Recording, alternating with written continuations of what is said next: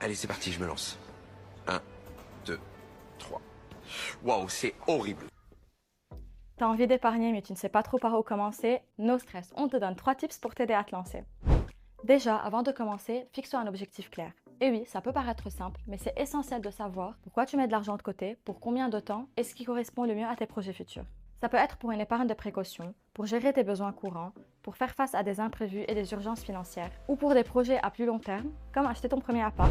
Ensuite, mets en place des petites méthodes pour épargner facilement. Le vrai problème avec l'épargne, c'est qu'on trouve toujours une excuse pour ne pas s'y mettre. Et oui, mettre de l'argent de côté tous les mois peut sembler un peu compliqué. Prends de bonnes habitudes. Dès que tu as une rentrée d'argent, comme ton salaire ou autre, paie tes factures, loyer, EDF, puis mets de côté tout de suite. N'attends pas la fin du mois quand tu as déjà tout dépensé en resto ou sortie ciné par exemple. Du coup, on a une astuce pour toi. Active des virements automatiques de ton compte courant vers ton compte épargne.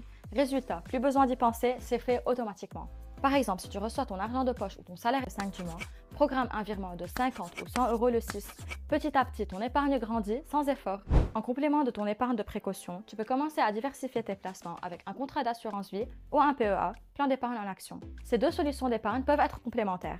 Elles te permettront de te constituer une épargne pour la préparation de tes projets de vie sur le moyen long terme. Elles te permettront aussi de t'initier au marché financier en investissant progressivement tout en bénéficiant d'un cadre fiscal spécifique. Sois néanmoins prudent, tout investissement soumis aux fluctuations de marché peut varier à la baisse comme à la hausse et présente un risque de perte en capital. Tips bonus, tu peux aussi en parler avec un conseiller pour t'accompagner dans ton projet et te guider dans tes choix.